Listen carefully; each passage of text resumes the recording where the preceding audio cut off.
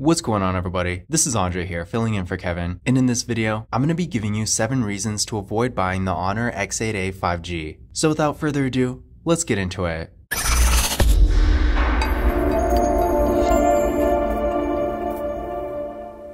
Now, to be clear, I definitely don't think this is a bad phone. In fact, for what it is, if you're looking for an affordable 5G phone with plenty of storage, a really nice camera, good build quality, and an overall nice design in general, I do think this phone is definitely at least worth considering. But depending on your expectations, you may be expecting certain features and qualities from this phone that it just doesn't have. So to help you avoid any potential disappointment, just like I went over my favorite things about it in another video, I'm going to be going over my least favorite things about it in this video to give you a more realistic idea of what you can expect if you get it. So coming in at number 1, my first reason to avoid buying the Honor X8a 5G is because this phone does not have wireless charging. Now, on one hand, when it comes to more affordable entry-level devices like this is definitely not a feature I typically expect. In fact, even at this point in 2023, wireless charging is really only a feature you see in higher-end devices, and then maybe a small handful of entry-level phones, but that definitely is not nearly as common. But despite this, maybe you haven't bought a phone for a while, and you're coming from maybe an older but higher end phone, and you're expecting at this point in 2023 every phone to have wireless charging. But yeah, unfortunately that's not the case. So just keep in mind, if wireless charging is really an expectation for you, and that's a feature you're really looking for, then you're probably going to want to get something a bit higher end. And honestly, when it comes down to this, it's kind of disappointing that we're not seeing it in more phones, because wireless charging, despite maybe not being the most essential feature out there, it definitely is something that has its uses. For example, maybe you're traveling or something, so you're not anywhere close to a charger. In that kind of situation, a wireless battery pack is a lot more convenient than having to plug it into something that's already in your pocket. Because trust me, I've done both, and having a phone that has wireless charging and just being able to stick a battery pack on the back of it when you're moving around a lot, traveling, exploring a new place, it definitely does make a difference. Because after all, having one of those older battery packs connected to a wire in your pocket definitely is not the most convenient thing to have to deal with. So yeah, in that kind of situation, wireless charging really does help. And then maybe, what if your charging port breaks? Without wireless charging, of course, you would have to either pay to get it fixed or just get a completely new phone. But with wireless charging, in that kind of situation, unless you have to do some sort of data transfer, of course, even if the charging port breaks, you can still keep the phone indefinitely. So my point is, despite it definitely not being surprising that this phone doesn't have wireless charging, the feature is, first of all, definitely really convenient, and second of all, it does have a lot of different situational uses, so it would have been nice to see it on a phone like this. Now, my second reason to potentially avoid buying the Honor X8a 5G is the selfie camera quality. Now, with this phone, I will say the main camera we're getting here is actually really good, and when it comes to photo quality, I was really impressed.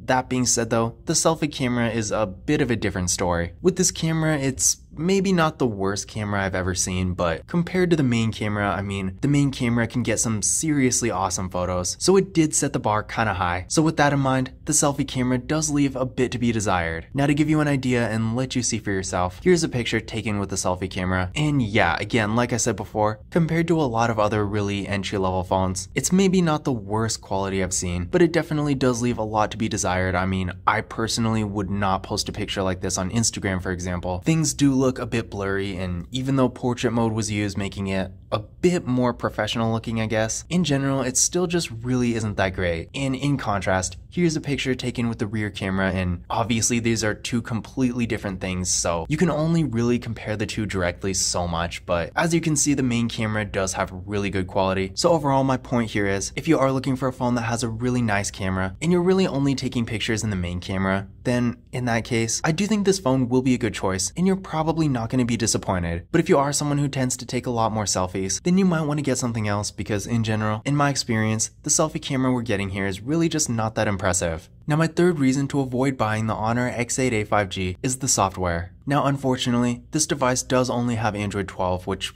honestly is pretty disappointing, considering at this point in 2023, we are really only months away from Android 14, so this phone is definitely quickly becoming outdated. And considering that this phone does only have Android 12, despite us being on Android 13 at this point, I'm really not expecting it to get any major updates either, so in general, if you are someone who really cares about having the latest version of Android, you are probably going to want to get something else. But to be fair, I haven't had any performance issues or anything, it does run pretty smoothly. This phone does use Magic UI 6.1, which in my opinion, compared to something like Samsung's One UI, for example, it's honestly not quite as intuitive, but overall, once you get used to it, it's definitely not too bad. So my point here is, on one hand, if you really care about the software, you are going to be disappointed here because again, we are only getting Android 12 here. But at the same time, if you're really just looking for something decent that works, despite having slightly outdated software, it will still at least get the job done. Now my fourth reason to avoid buying the Honor X8a 5G is the processor. Now with this phone, we're getting 4GB of RAM with the Qualcomm Snapdragon 480 Plus processor. And on one hand, I feel like for what it is, the performance is at least decent, and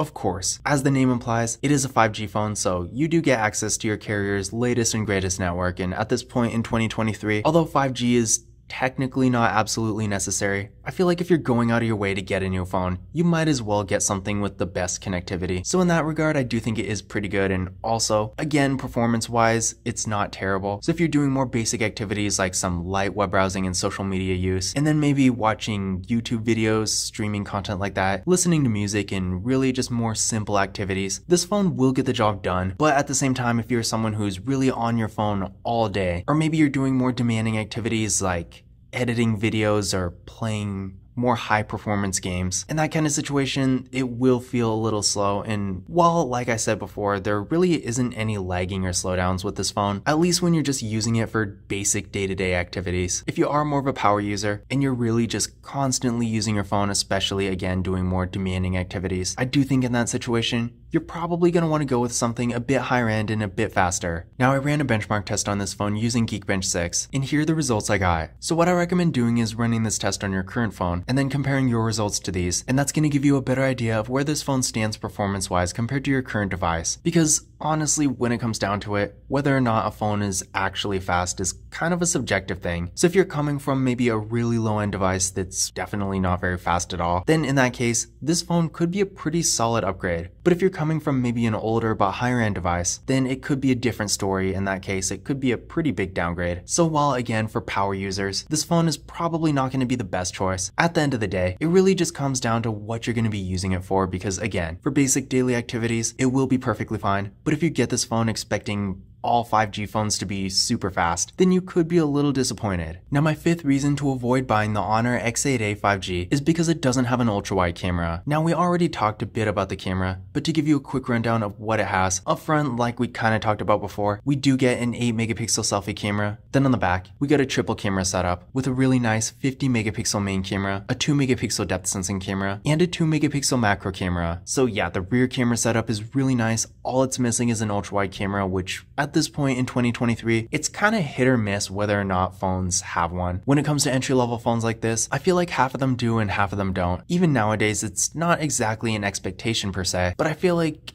it's still kind of disappointing when a phone doesn't have one, because for every entry-level 5G phone that doesn't have an ultra-wide camera, there's another one or two that do. So if you are really looking for that feature, you can definitely do better. And I do think when it comes to stuff like maybe getting scenery pictures, vacation photos, group photos, the list really goes on. An ultra-wide camera is definitely a useful feature to have. So in general, if you're maybe someone who's taking a lot of pictures and you want a wider variety of features, then again, keep in mind, the Honor X8a 5G does not have an ultra-wide camera. Now my sixth reason to avoid buying the Honor X8a 5G is the display quality. Now with this phone, like I said before, the display is pretty large at 6.5 inches. We're also getting a 20:9 aspect ratio, so a taller, more narrow form factor. And this is a pretty nice thing, because if you're doing something like maybe looking at pictures or watching a video in landscape mode, for example, you are going to get a really nice immersive experience. Things are going to look a bit more cinematic. And in my experience, when it comes to like games, for example, that are in landscape mode, some of them can have this nice full screen vibe. Not all of them, but definitely a decent amount. So in that kind of situation, things do end up looking pretty nice. And then of course, with this kind of form factor, if you're doing something like maybe scrolling through social media, for example, you can fit a good amount of content on the screen without having to scroll too much. As far as the rest of the display goes, this is a 90Hz TFT LCD, and we're getting a 720p resolution and a PPI of 270. So yeah, on one hand, when it comes to size and dimensions, definitely good, and honestly, it's pretty standard at this point in 2023. And then the refresh rate is also good with a 90Hz refresh rate. The movement on the screen is going to be a bit faster and smoother, making the phone feel a bit more premium. And the refresh rate is pretty customizable, so you can make it adaptive, so it's 90Hz sometimes, but sometimes not. You can also go down to 60Hz if you want to save battery, which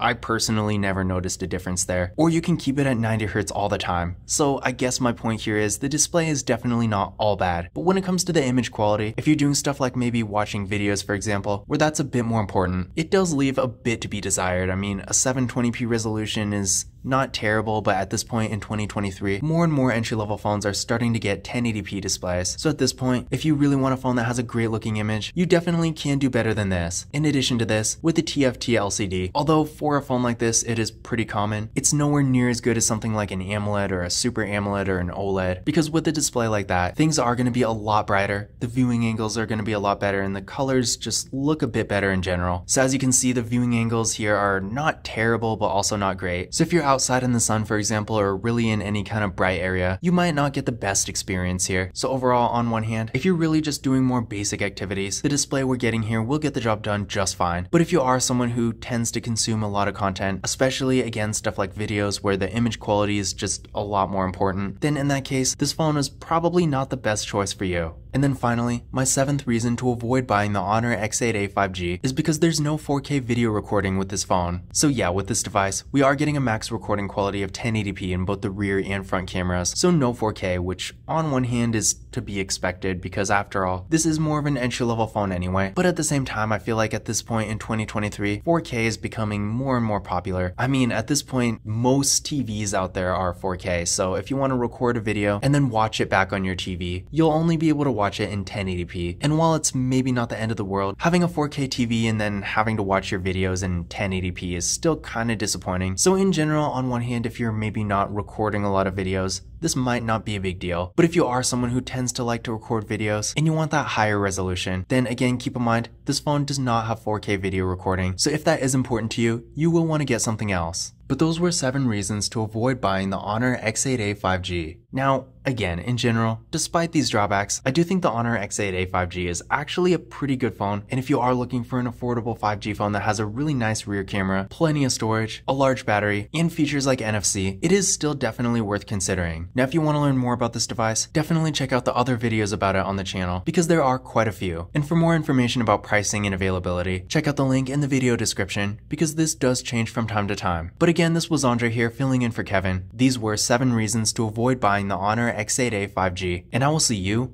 in the next video.